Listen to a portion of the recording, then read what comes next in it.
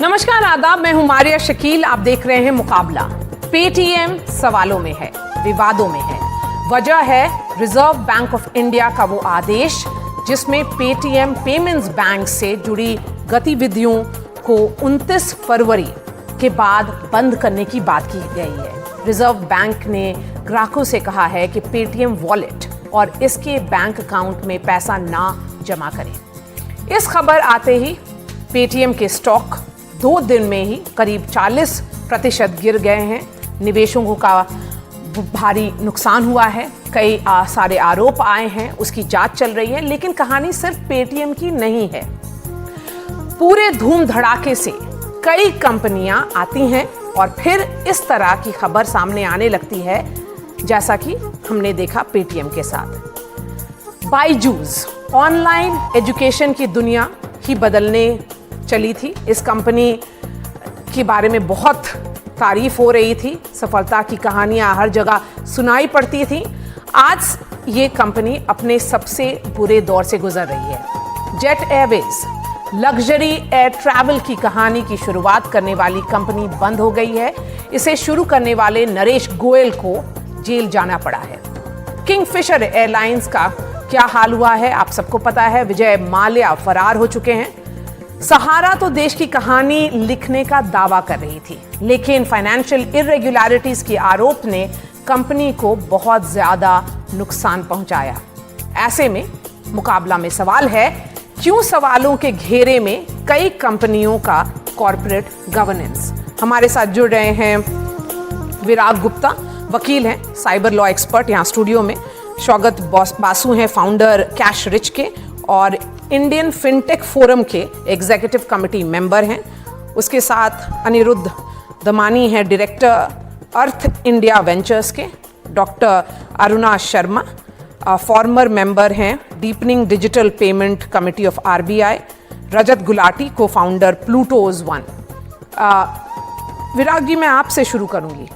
सवाल है कि बहुत सारा जो इकोसिस्टम है, जो एक क्रिएट हुआ था, इस इकोसिस्टम में प्रॉब्लम है या फिर जो 4 पिलर्स की बात होती है, कोई भी अगर कंपनी अगर स्टैब्लिश होती है, कॉर्पोरेट गवर्नेंस का 4 पिलर है, people, processes, performance and purpose. लेकिन कंसर्न्स जो आ रहे हैं स्टार्टअप से रिलेटेड, वो है data privacy, KYC, money laundering और सेल्फ रेगुलेशन, जो उनको कहा जाता है लेकिन वो करते नहीं। देखिए, आरबीआई ने एसआरओ जो उनका सेल्फ रेगुलेशन के लिए बारे में बोला था, और 1 साल के भीतर फिनटेक सेक्टर को सेल्फ रेगुलेशन को लागू करना है। उसके जो 2 सबसे बड़े पहलू हैं, पहला है रोबस्ट आईटी इंफ्रा और दूसरा है उसके टेक्नोलॉजिकल सॉल्यूशंस। अब इन दोनों के जो पूरे केंद्र में आता है, वो आता है कि डेटा की सेफ्टी आप रखें, उसके केवाईसी नॉर्म्स को करें, डेटा को आप अपनी दूसरी एंटिटीज़ के साथ शेयर नहीं करें। और जो केवाईसी की जब बात करते हैं, तो जैसे जब पेटीएम की अगर बात करेंगे, और पेटीएम का मामला कोई आज से नहीं है, पहली बार 2018 में सामने आया, फिर 2021 में आया, 2022 में आया। ईडी की भी पहले रेड हो चुकी है और उसमें जो 5-6 बड़े पॉइंट्स आए हैं, उसमें पहला पॉइंट आया है कि केवाईसी तरीके से नहीं करने से मनी लॉन्ड्रिंग के आरोप हैं। दूसरा ये आया है कि पैन वैलिडेशन सही तरीके से नहीं किया गया। तीसरा उसमें आया है कि जो उनकी लिमिट थी, उस लिमिट को उन्होंने फॉलो नहीं किया है। चौथा जो है डॉर्मेंट अकाउंट्स हैं, जिन अकाउंट्स की कोई भी वो नहीं थी और उसके हिसाब से हो रहा है। जैसे हम सरकारी योजनाओं में देखते हैं कि एक ही मोबाइल नंबर से कई योजनाएं चल रही हैं, कई लोगों की चल रही हैं। और जो उनका सबसे बड़ा वो था कि जो उनका कंप्लाइंस डिटेल्स थे, वो कंप्लाइंस डिटेल्स उन्होंने सही तरीके से नहीं दिए। तो एक वो हमको ये लगता है कि जो डिजिटल सिस्टम है, उस डिजिटल सिस्टम में कानून की आवश्यकता नहीं है। और चूंकि सबसे बड़ा मार्केट है भारत डिजिटल के तरीके से देखा जाए, पेमेंट सिस्टम के हिसाब से देखा जाए, यूपीआई की क्रांति जो पूरे विश्व में जिसकी एक महत्व है। हाँ, और अभी फ्रांस ने शुरू किया। हाँ, और उसके लिए जो कंपनियां शॉर्ट टर्म में सोने के अंडे देने वाली मुर्गी को मारना चाहती हैं, और उसकी वजह से एक जो पूरा इकोसिस्टम है। तो जब आप जिन चीज़ों की बात कर रही थी 4P की, वो पुराना कंसेप्ट है। जो नया P है, उस नए P में उन लोगों को, इन कंपनियों के टेक्नोलॉजिकल जो गाइडलाइंस हैं, जो रूल्स हैं, वो नहीं फॉलो हो रहे। स्वागत बासु जी, मेरा आपसे सवाल ये होगा कि अगर पेटीएम की चर्चा की जाए, बाकी से मैं ओवरऑल इकोसिस्टम की बात करूंगी। मुझे आपसे ये सवाल करना है कि पेटीएम हमारी जिंदगी का सबसे अहम हिस्सा बन गया है कुछ सालों में।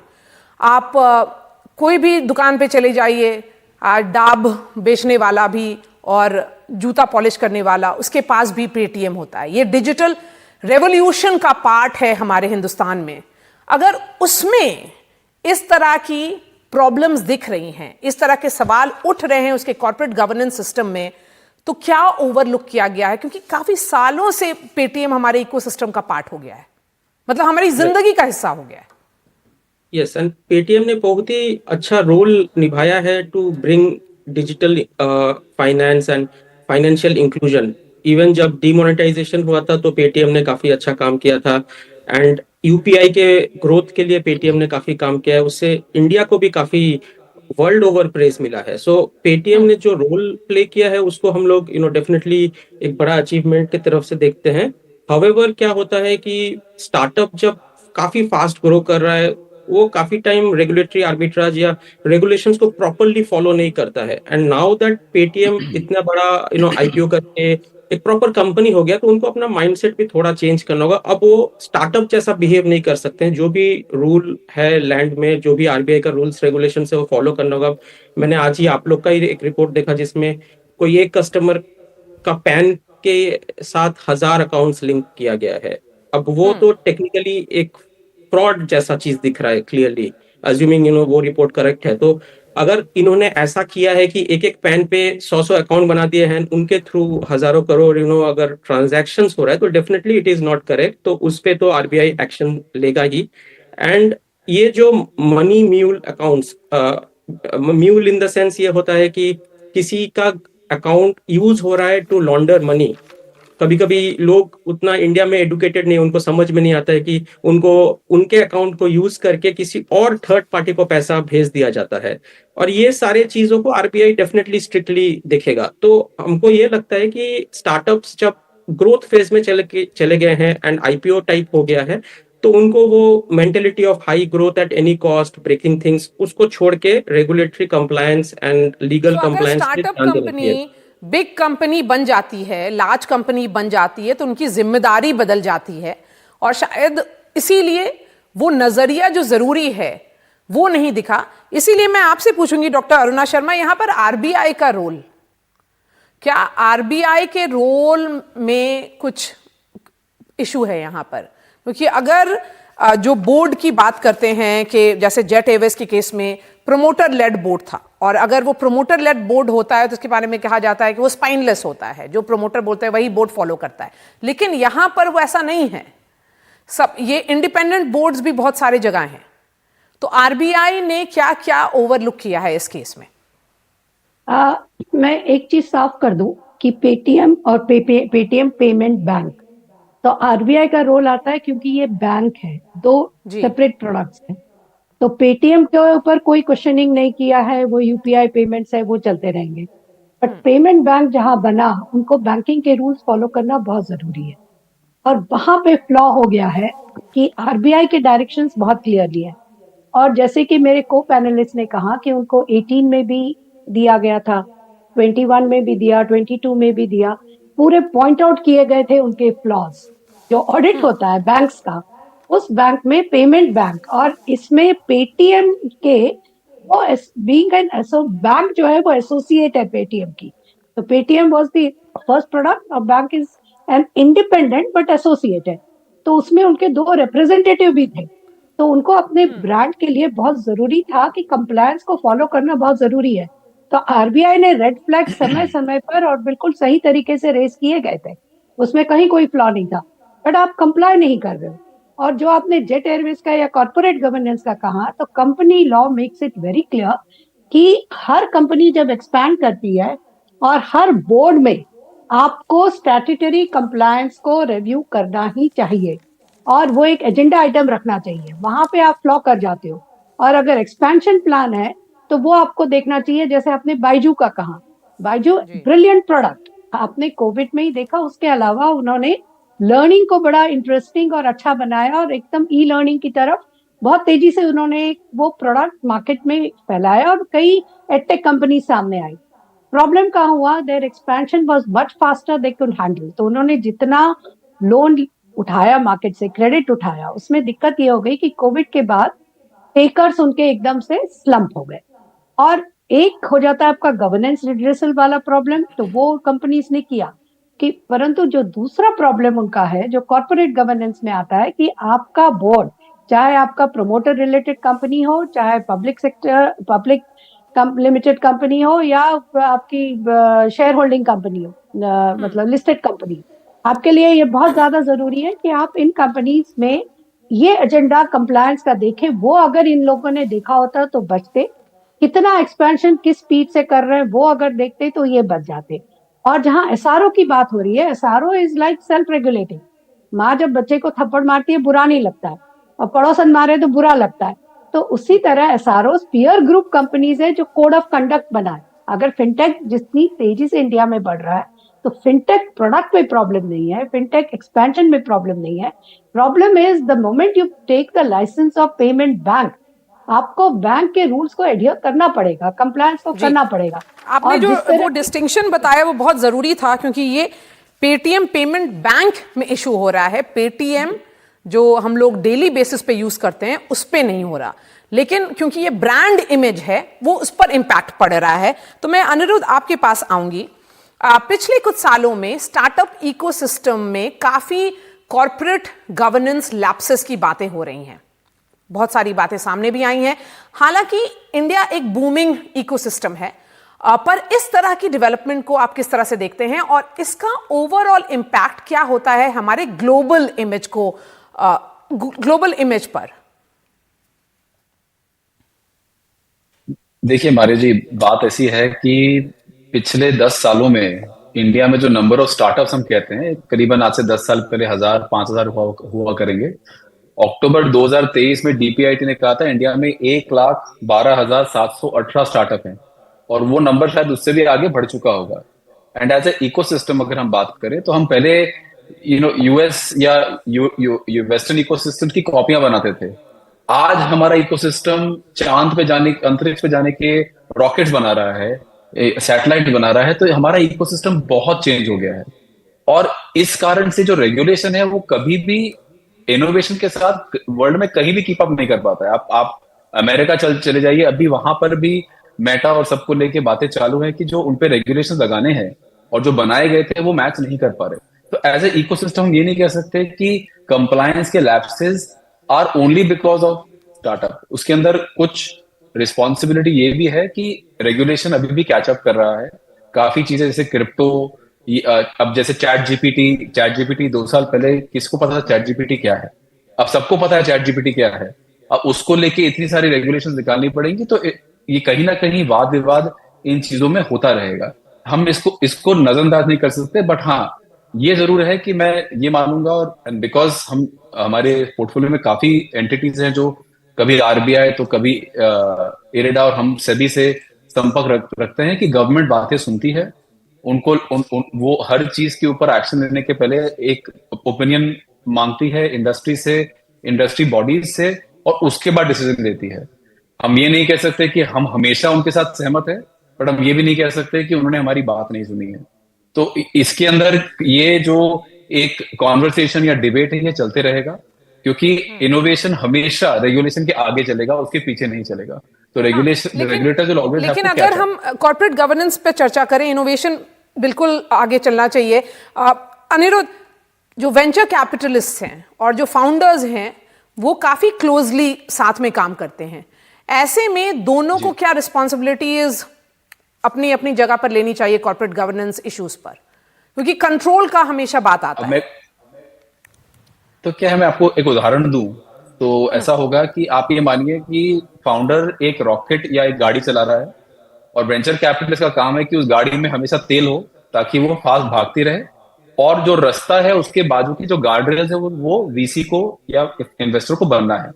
पर हम खुद गाड़ी चलाने नहीं बैठेंगे, गाड़ी तो हमेशा फाउंडर ही चलाएगा। हमारा रोल ये है कि भाई गाड़ी के अंदर हमेशा फ्यूल होना चाहिए, और गाड़ी रास्ते से उतर के किसी क्लिफ से ना गिर जाए। वो कंप्लायंस रिलेटेड मैटर्स हम मैनेज करते हैं। अब हमेशा नहीं कह सकते कि कोई आज इंडिया में इतने सारे कंप्लायंसेस हैं, इतनी सारी रेगुलेटेड बॉडीज है कोई भी वेंचर आज की डेट में 100% कंप्लायंट तो हो ही नहीं सकता, चाहे वो इंडिया की सबसे बड़ी कंपनी हो या इंडिया की सबसे छोटी कंपनी हो। बट ये है कि हमको देखना पड़ता है कि कौन से कंप्लायंसेस बहुत क्रिटिकल हैं और कौन से compliances you know as a working relationship हमको चलाने हैं, कि उनको धीरे धीरे करके लेकर आना है। लेकिन विराट आपसे अग्री नहीं करते, पहले मैं उनका जवाब लूंगी, उसके बाद फिर रजत के पास जाऊंगी। विराट, देखिए मारिया, 2-3 बातें बताऊं। जैसा मेरे दोस्त अभी बोल रहे थे कि जो फाउंडर होता है वो ड्राइविंग सीट पे बैठा है और जो वीसी वाला है वो उसमें पेट्रोल डाल रहा है। हो क्या रहा है कि एक गाड़ी बनती है, उस गाड़ी में फाउंडर ड्राइविंग सीट में बैठता है, पेट्रोल डालते हैं, उस गाड़ी का वैल्यूएशन 100 रुपए से 10,000 रुपए कर दिया जाता है। उसके बाद 10,000 रुपए करके और जो ड्राइवर और पेट्रोल डालने वाले फरार हो जाते हैं और वो किसी और को गाड़ी पकड़ा देते हैं, और उसको पकड़ाने के बाद में और वहां पर फिर कंप्लायंसेस की जिम्मेदारी वो उसके ऊपर छोड़ देते हैं और मलाई पूरी खा के निकल जाते हैं, जिसकी वजह से ये पूरा कोलैप्स हो रहा है। और जब आप कॉर्पोरेट गवर्नेंस की बात कर रही हैं, तो कॉर्पोरेट गवर्नेंस की जगह अगर हम पूरे जो स्टार्टअप के सिस्टम को देखें और स्टार्टअप के जितने भी सेक्टर्स हैं, वो चाहे ई कॉमर्स हो, चाहे फार्मा हो, चाहे स्पेस हो, चाहे फिनटेक हो, चाहे एडटेक हो, ये सारे टेक्नोलॉजी बेस्ड हैं। और टेक्नोलॉजी बेस्ड होने की वजह से इसमें जो 3 बड़े चैलेंजेस हैं, पहला चैलेंज ये है कि हमारे यहाँ पे लॉ पे क्लैरिटी नहीं है। दूसरा चैलेंज ये है कि फिजिकल प्रेजेंस नहीं है। अगर हम यूपीआई में देखें तो यूपीआई में जो हमारे जो टॉप 3 प्लेयर्स हैं, उसमें जो 2 प्लेयर्स हैं फॉरेन बेस्ड हैं, एक गूगल है और दूसरा जो वॉलमार्ट की कंपनी है। तो उसकी वजह से उन लोगों की फिजिकल प्रेजेंस नहीं होने की वजह से जो इंडियन रेगुलेटर्स हैं वो कंप्लायंसेस नहीं करा पाते हैं। पेटीएम के बारे में अगर मैं क्लैरिफाई करूं कि पेटीएम का हिंदुस्तान में इस समय लगभग 3.5 करोड़ उनके क्यूआर कोड्स हैं और उनकी 13% उनकी हिस्सेदारी है यूपीआई में, और बैंकिंग जो उनका लाइसेंस सस्पेंड होने के बाद ये सब कुछ खत्म हो जाएगा। और जो पेटीएम ब्रांड है that is nothing but only an app. उसका कोई चूंकि लाइसेंस खत्म होने के बाद उनकी जो सारे प्रिविलेजेस हैं, और ये भी देखना पड़ेगा कि क्या वो थर्ड पार्टी बैंक ट्रांसफर कर सकते हैं। उसके बाद क्यूआर कोड एप्लीकेबल ही नहीं होगा। नहीं, 29 फरवरी को अगर सारा जो कंसर्न्स रेज किया आरबीआई ने, अगर वो कंप्लाई नहीं किया जाता है तो 29 फरवरी के बाद जो पेटीएम के क्यूआर कोड ऑपरेशनल नहीं होंगे। सब्जेक्ट टू अगर आरबीआई उनको अलाउ करता है, that will be subject to the VPA, कि अगर क्या वो थर्ड पार्टी बैंक का वो आप वो कर सकते हैं कि नहीं कर सकते। ये एक गंभीर बात है। और इस गंभीर बात में जो बड़ा मुद्दा आ रहा है कॉर्पोरेट गवर्नेंस से एक कदम आगे जाकर के, वो है IT and data governance of new age companies. हाँ, तो ये न्यू एज कंपनीज के लिए हम रजत गुलाटी के पास आएंगे। रजत, आप मुस्कुरा रहे थे, ये ड्राइवर और क्या चालक पेट्रोल वाले की बात पर आपको क्या दिक्कत है इसमें? क्या सोच रहे हैं आप? विराट जी ने सारे स्टार्टअप इकोसिस्टम को, सारे वीसी इकोसिस्टम को एक ही रंग में पोत दिया, तो उससे मुझे थोड़ा सारे को नहीं ना, ठीक है फिर बिल्कुल नहीं, जो आपने बात बोली वो एकदम जायज है। बट हमने कहा कि ना वीसी ये करने के लिए बैठता है कि हम इसमें से सिर्फ मलाई लेके निकल जाएंगे, ना स्टार्टअप का फाउंडर ये करने के लिए बैठता है।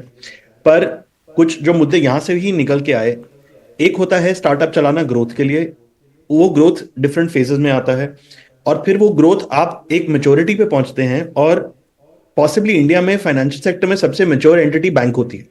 अब आप बैंक बन गए हैं, आप उस ऑर्गेनाइजेशन को, उस एंटिटी को उस मेंटालिटी से नहीं चला सकते जिससे आपने अपना वो रॉकेट शुरू किया था पहले। अब रॉकेट का वो सॉलिड स्टेट वाला फ्यूल चला गया, अब आप ऑर्बिट में हैं, अब आपको बहुत ही कंट्रोल्ड उसमें रहना है। और मुझे लगता है कि जो एंटिटीज हैं जो कंट्रोल कर रही थी पेटीएम पेमेंट्स बैंक, 2 ही इन्वेस्टर्स हैं उसमें, 2 ही फाउंडिंग मेंबर्स हैं। मेरे को लगता है यहाँ पे थोड़ा कुछ उनको एक्सटर्नल लोग चाहिए थे, प्रोफेशनल मैनेजमेंट चाहिए थी, जो बैंकिंग का एक्सपीरियंस हो वो लोग चाहिए थे। और अभी क्या है, जो उन्होंने एक और बात विराग जी ने रेज की डेटा के बारे में, और वो इशू ये है कि आज की डेट में अगर आपने पेटीएम बैंक के साथ कोई भी इंटरेक्शन करना है तो आप सिर्फ पेटीएम की ऐप के थ्रू कर सकते हैं।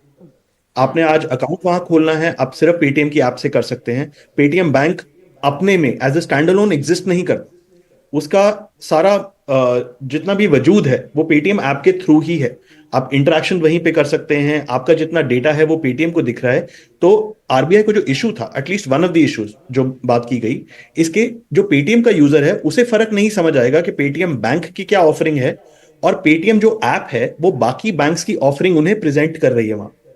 जैसे आपने जो यूपीआई के वीपीए की बात की, आप एक्चुअली पेटीएम जब शुरू हुआ था तो बिल्कुल उसी तरह शुरू था जो आज की डेट में गूगल पे और फोन पे कर रहे हैं।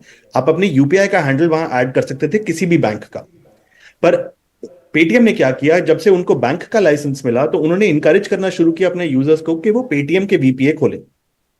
अब यूजर को तो पता ही नहीं कि पेटीएम का ऐप कौन सा है, बैंक कौन सा है, क्योंकि उन्हें तो एक ही चीज दिखती है। तो इसमें से अब जो उनका पेटीएम का भरोसा है, क्या उस भरोसे का फायदा पेटीएम पेमेंट्स बैंक उठा रहा है? ये आरबीआई का सवाल था। क्या पेटीएम यूजर्स का डेटा पेटीएम बैंक के पास जा रहा है? ये आरबीआई का सवाल था। और क्या पेटीएम बैंक, जिसमें अभी भी चाइनीज ओनरशिप है, क्या उसकी वजह से पेटीएम के यूजर्स का डेटा इंडिया से बाहर कहीं स्पेसिफिकली चाइना जा रहा है? ये आरबीआई का कंसर्न। लेकिन रजत, जो सवाल है फिर कि अगर किसी कंपनी में कंप्लायंस रिलेटेड कमियां हैं, अगर वो सामने आती हैं, तो ऐसे में फाउंडर्स के लिए आपके लिए क्या सलाह होगी? क्या बोलेंगे आप उनको? देखिए, अनिरुद्ध ने अभी कहा कि हर चीज की कंप्लायंस नहीं कर सकते। मैं पता नहीं मैं किस हद तक उससे सहमत हूं। तो इसके लिए उन रेगुलेटर ने आसान क्या किया, उन्होंने कुछ स्टैट्यूटरी कंप्लायंसेस को एज अ मिनिमम बार बना दिया कि आप इनको तो आपको करना ही पड़ेगा। अगर वो भी नहीं हो रहे तो आप कहीं फेल कर रहे हैं। पेटीएम के केस में वो फेलियर्स हो रहे थे और उनको बहुत मौके मिले उन फेलियर्स को सॉल्व करने के लिए। 2017 में तो लाइसेंस ही मिला, पर 2018 से ये कंप्लायंसेस के इश्यूज उठ रहे हैं। आरबीआई ने उनको मल्टीपल वार्निंग्स दी, मल्टीपल फाइन्स दिए, मल्टीपल एम्बागोज लगे। अगर उसके बावजूद भी उनकी कॉम्प्रिहेंसिव रिपोर्ट ये कहती है कि अभी भी सिग्निफिकेंट डिविएंसेस है आपके उसमें ऑपरेटिंग में, तो ये तो ऐसी वो है कि मतलब आप सोच क्या रहे थे बैंक चलाते हुए। तो यहां पे फाउंडर की तो बिल्कुल रिस्पॉन्सिबिलिटी है। The buck stops with the responsibility है। और जो इन्वेस्टर्स हैं, देखिए, the investors are suppose to be the elders in the group. ठीक है, फाउंडर का तो काम ही ग्रोथ है, और इन्वेस्टर का है कि ग्रोथ के साथ उसको थोड़ी सी कंट्रोल दिया जाए। जैसे अनुरुद्ध ने कहा, रेल्स प्रोवाइड करनी है, उस रोड पे रखना है। ठीक है, कभी कभी क्या होता है, दोनों ग्रोथ में घुस जाते हैं या दोनों फायर फाइटिंग क्राइसिस मोड में घुस जाते हैं, तो रेल्स भूल जाती हैं थोड़ा सा। ये वाले जो रोल्स हैं, इनका सेपरेशन रखना बहुत जरूरी है। और वो आता है बोर्ड की तरफ से, वो आता है कॉर्पोरेट गवर्नेंस की तरफ से, वो आता है प्रोसेसेस की तरफ से, और लास्ट रिजॉर्ट में वो आता है वो रेगुलेटर की तरफ से। तो जो अब इसीलिए मैं रेगुलेटर को अब लाऊंगी इस कॉन्वर्सेशन में। डॉक्टर अरुणा शर्मा, फाउंडर्स की रिस्पॉन्सिबिलिटी क्लियर हो गई, बोर्ड की रिस्पॉन्सिबिलिटी क्लियर हो गई, जो आपके वेंचर कैपिटलिस्ट हैं उनकी भी रिस्पॉन्सिबिलिटी होती है। यहाँ पर सब तरफ से फेलियर है। जो रेगुलेटर है, जो आरबीआई का अब यहाँ पर सवाल उठता है, अगर उन्होंने इतनी वार्निंग दी फिर भी अगर कंप्लायंस नहीं हुआ, तो ये तो एक्सट्रीम स्टेप होगा, या फिर एक वार्निंग सिग्नल इसको भी माना जाए? ये रेड फ्लैग है अभी भी। नहीं, आप एक समझिए, जहां तक फाइनेंस का सवाल है, पैसे का सवाल है, वहां पे बैंक जैसे ही आप खुलती है, conditions are very clearly told to them कि आपको ये कंप्लायंसेस करने हैं। तो there is no surprise element into it. KYC भी बिल्कुल है। और आपको एक ख्याल होगा कि RBI was very reluctant to give the payment bank licence to the fintech companies. Small banks को उन्होंने एनकरेज किया था खुलने के लिए। पोस्ट ऑफिस को payment system payment banks declare किया। तो उन सबको किया था क्योंकि उनका एक फिजिकल प्रेजेंस है, लॉ अबाइडिंग है, उनके डिफरेंट फाइनेंशियल प्रोडक्ट्स हैं। अब जब फिनटेक कंपनीज ने बैंकिंग लाइसेंस को अप्लाई किया, उनको सिर्फ पेमेंट बैंक का मिला। मतलब वो क्रेडिट नहीं दे सकते हैं, वो पेमेंट हैंडल कर सकते हैं। ये अपने ऐप पे ग्रो किए। इनका ऐप दूसरे बैंक से भी लिंक्ड है। तो एक चीज मैं बताऊंगी, जो कह रहे थे, ऐप बंद नहीं होगा। ऐप में कोई प्रॉब्लम नहीं है। मैं पेटीएम से पे करती हूँ, मेरा बैंक पेटीएम बैंक नहीं है, कोई दूसरा बैंक है। और आप जो रिसीव कर रहे होंगे, आपका भी वो किसी और बैंक में जा रहा है, तो वो प्रोसेस चलता रहेगा।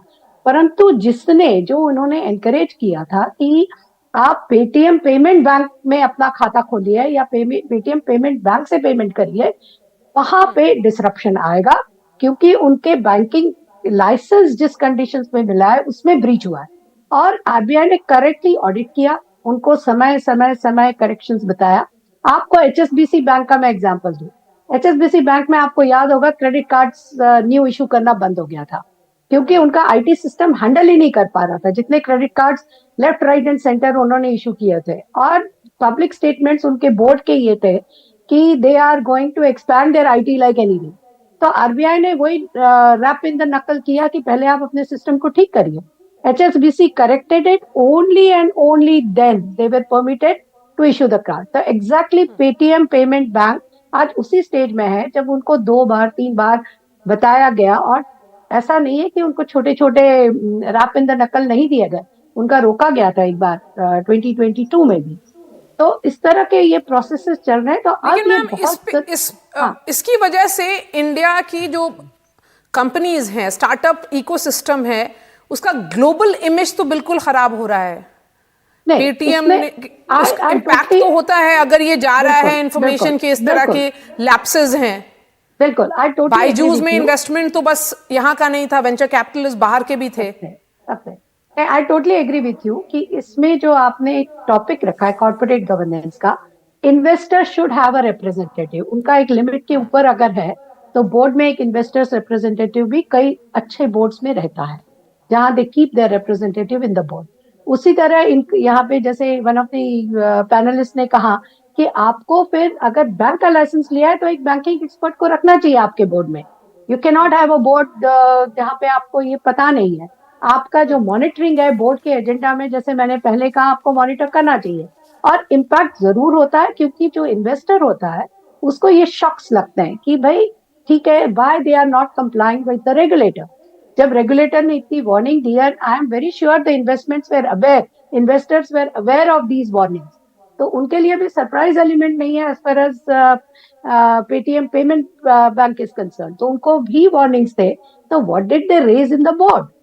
क्योंकि आपने देखा बोर्ड पर अब हम लोग सवाल करेंगे और ये भी पूछेंगे मैम कि जो कॉर्पोरेट गवर्नेंस, क्योंकि ये हमारा टॉपिक है, क्या पता ये टिप ऑफ द आइसबर्ग हो। बहुत सारी ऐसी कंपनीज हैं जो स्टार्टअप इकोसिस्टम में हैं, अगर उस तरह के उनके कॉर्पोरेट गवर्नेंस का कंसर्न है और स्ट्रक्चर है, तो ये फंडामेंटल्स की जो बात करते हैं उस पर अब सवाल उठ रहा है, और उसी पर चर्चा करेंगे एक छोटे से ब्रेक के बाद। हमारे साथ जुड़े रहिए।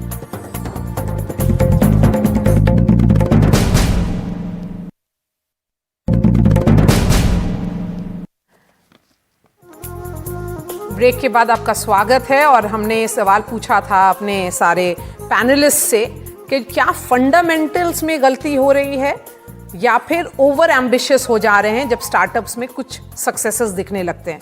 यही सवाल मैं आपसे पूछूंगी विराग जी। 1 मिनट का वक्त है आपके पास, क्योंकि बाकी लोगों से भी एक क्लोजिंग कमेंट्स लेना है। नहीं, देखिए, ये जो पूरा जो रिवॉल्यूशन आया इस तरह से आया कि हिंदुस्तान की सबसे बड़ी आबादी और हिंदुस्तान में क्रेडिट कार्ड नहीं था, अमेरिका में क्रेडिट कार्ड का कल्चर था, इसलिए यहाँ पर फिनटेक सेक्टर बहुत आगे बढ़ा। तो टेलीकॉम सेक्टर ने सड़क बनाई, फिनटेक सेक्टर ने यहाँ शहर बनाया, लेकिन उसमें दुकानों में मुनाफा कोई और कमाने लगा। तो टेलीकॉम और फिनटेक दोनों ब्लीड कर रहे हैं, तो ये लोग भी दुकानों में हिस्सेदार बन के मुनाफा कमाना चाहते हैं, जहां से ये नियमों को तोड़ते हैं। मुनाफा कौन कमा रहा है? मुनाफा बाकी लोग कमा रहे हैं जिन लोगों ने फंडामेंटल इन्वेस्टमेंट नहीं किया है। और इसकी वजह से नियमों का जब उल्लंघन होता है तो एक बिजनेस मॉडल नहीं है कि प्रॉफिट वो कहां से ले रहे हैं। इसकी वजह से वो सारी कंपनियां डेटा में जो गवर्नेंस पे 3 दिक्कतें हैं। पहली ये है कि फिनटेक सेक्टर में डेटा लोकलाइजेशन के नॉर्म्स हैं जिनका कंप्लायंस नहीं हो रहा है। दूसरा, लोगों की प्राइवेसी को सेफ रखना है जिसका फॉलोअप नहीं हो रहा है। और तीसरा, एक एंटिटी से दूसरी एंटिटी में डेटा शेयरिंग नहीं करना है, वो सारी कंपनियां खुलेआम कर रही हैं, और वहीं से आकर के आर्टिफिशियल इंटेलिजेंस इंडस्ट्री की शुरुआत होती है। इस वजह से जो इसका भी ऑडिट किया जाएगा वो नॉन कंप्लाइंट होगा। और जहां तक कंप्लायंसेस की बात है, फिजिकल वर्ल्ड में जो हिंदुस्तान का जो कन्वेंशनल सेक्टर है वहां पर अगर 100 कंप्लायंसेस हैं तो डिजिटल जगत में मुश्किल से 10% हैं जिसका कंप्लायंसेस वो नहीं कर रहे हैं। शौकत बासु, एक तो हम ना आपका जो ओवरऑल टॉपिक है कॉर्पोरेट गवर्नेंस को, उसको थोड़ा जूम आउट करके देखते हैं। कॉर्पोरेट गवर्नेंस का इशू सिर्फ स्टार्टअप्स या फिनटेक रिलेटेड है नहीं, बहुत सारे प्रोमोटर्स है एसएमईज में, small cap mid cap companies में, जो काफी मैनिपुलेशन करके शेयर प्राइस रिलेटेड काफी प्रॉब्लमेटिक चीजें करते हैं एंड जिससे शेयर होल्डर्स को लॉस होता है। तो इसीलिए ये एक तो स्टार्टअप या फिनटेक रिलेटेड नहीं, इट्स अ जनरल प्रॉब्लम जो इंडिया में है। एंड इसके लिए हमने अभी काफी नेगेटिव जो एग्जांपल्स है बायजूस एक्सेट्रा डिस्कस किया, बट जो सबसे पॉजिटिव एग्जांपल है वो है टाटा ग्रुप। अगर कॉर्पोरेट गवर्नेंस सबसे अच्छा कोई कंपनी करता है वो टाटा ग्रुप करता है। और फॉर्चुनेटली मैं एक टाइम पे इन्वेस्टर रिलेशंस देखता था उनके कॉर्पोरेट हेडक्वार्टर बॉम्बे हाउस में, एंड उस टाइम रतन टाटा जी टाटा स्टील के चेयरमैन थे बोर्ड के। तो उनसे जो मैंने सीखा ना कॉर्पोरेट गवर्नेंस में वो है लॉन्ग टर्म थिंकिंग। हमारे यहाँ होता यह है, वेदर इट इज स्टार्टअप या कोई प्रमोटर जो छोटा कंपनी चला रहा है, कि उसको शॉर्ट टर्म में पैसा बनाना है, जल्दी कुछ करना है।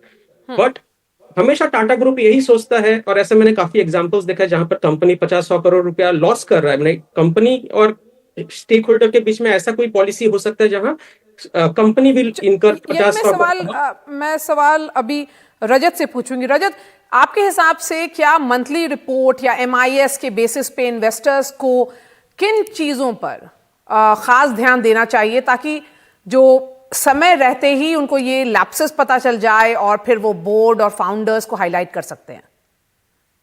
आज की डेट में भी जितने इन्वेस्टर्स हैं उन सबको MIS की रिक्वायरमेंट रहती है, और जो मतलब अच्छे से तो बहुत नीचे के भी स्टार्टअप्स हैं वो सारे अपने MIS शेयर करते हैं। हम तो इनफैक्ट हमने अपने MIS को पब्लिक बनाया हुआ है, और जिस इन्वेस्टर से कॉन्वर्सेशन होती है हम उसी टाइम शेयर कर देते हैं उनके साथ, उन्होंने जो रिव्यू करना होगा। सवाल यह है कि डेटा मिलने के बाद अब इन्वेस्टर क्या करता है। क्या वो वहां से, अगर वो पोटेंशियल इन्वेस्टमेंट देख रहे हैं तो छोड़ के भाग जाएंगे अगर कोई इशू है तो, पोटेंशियल इशू, या अगर कोई इशू है तो एस्केलेट करेंगे या उसे दबाएंगे। अब इसी में वो एजेंसी प्रॉब्लम आ जाती है कि वो एक्चुअल ऑब्जेक्टिव क्या है जो वो अचीव करना चाहते हैं। पर मैं एक चीज फिर से मैं वो जूम आउट करने वाली एक्सरसाइज करना चाहूंगा। ये अभी जो सिचुएशन है ये हमने अभी क्यों रेज की? क्या कोई यहाँ पे आर्ग्यू करने वाला है कि आज जो फिनटेक की सिचुएशन है वो आज से 10 साल पहले से बहुत ज्यादा बेहतर नहीं है? मैं नहीं मानता कोई ऐसे बोलने वाला। क्या इंडिया का स्टार्टअप इकोसिस्टम पिछले 10 साल में बहुत इंप्रूव कर गया है? बिल्कुल है, उसमें भी कोई आर्ग्यूमेंट नहीं रहेगी, राइट? क्या रेगुलेटर ने आज किसी की गलती पकड़ी और उसके लिए उनको पनिश किया? तो रेगुलेटर भी अपना काम कर रहा है। स्टार्टअप में तो हमने सब यहाँ कंसेंसस ही अचीव कर लिया कि स्टार्टअप की इनोवेशन हमेशा रेगुलेशन से थोड़ी आगे भागेगी। रेगुलेटर का काम है उसको पकड़ना, डंडा मारना। इस सब में जो हो रहा है मुझे लगता है एक्चुअली एक बहुत बढ़िया एग्जांपल है of the system actually working as it should. Individual जो एक्टर्स हैं वो कुछ आगे पीछे करेंगे, वो हमेशा थोड़ी भसड़ लगी रहती है सब में कि कौन थोड़ा आगे रहेगा, कौन ज्यादा उसमें से वैल्यू एक्सट्रैक्ट। लेकिन जिम्मेदारी अगर है तो सबकी है। यहाँ पर इन्वेस्टर की भी जिम्मेदारी है, फाउंडर की भी है। और आप बोलेंगे जिम्मेदारी होती है, वो किसी की जिम्मेदारी नहीं होती। हर जिम्मेदारी को छोटे छोटे उनमें ब्रेक करना पड़ेगा। मैं मानता हूं कि यहाँ पे जो स्टार्टअप, चलिए हम अब इस डिस्कशन को रैप अप करना पड़ेगा। हमारे साथ जुड़ने के लिए बहुत बहुत शुक्रिया विराग गुप्ता, स्वागत बासु, अनिरुद्ध दमानी, अरुणा शर्मा और रजत गुलाटी। एक इस पर चर्चा जारी रहेगी क्योंकि ये एक ऐसा सवाल है जो हमारी ज़िंदगी से बहुत ज़्यादा जुड़ा हुआ है और उससे ज़्यादा हिंदुस्तान की इमेज को इम्पैक्ट करता है, क्योंकि हमारा जो इकोसिस्टम है स्टार्टअप का वो बहुत ही पॉजिटिव रहा है। बहुत सारी लोग स्टार्टअप इनोवेशन की तरफ आगे बढ़ रहे हैं।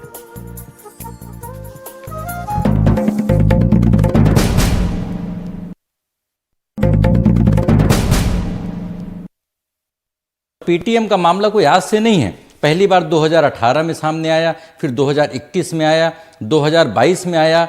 ईडी की भी पहले रेड हो चुकी है और उसमें जो 5-6 बड़े पॉइंट्स आए हैं उसमें पहला पॉइंट आया है कि केवाईसी तरीके से नहीं करने से मनी लॉन्ड्रिंग के आरोप हैं। दूसरा ये आया है कि पैन वैलिडेशन सही तरीके से नहीं किया गया। तीसरा उसमें आया है कि जो उनकी लिमिट थी उस लिमिट को उन्होंने फॉलो नहीं किया है। चौथा जो है डॉर्मेंट अकाउंट्स हैं, जिन अकाउंट्स की कोई भी वो नहीं थी और उसके हिसाब से हो रहा है। जैसे हम सरकारी योजनाओं में देखते हैं कि एक ही मोबाइल नंबर से कई योजनाएं चल रही हैं, कई लोगों की चल रही हैं। और जो उनका सबसे बड़ा वो था कि जो उनका कंप्लाइंस डिटेल्स थे वो कंप्लाइंस डिटेल्स उन्होंने सही तरीके से नहीं दिए।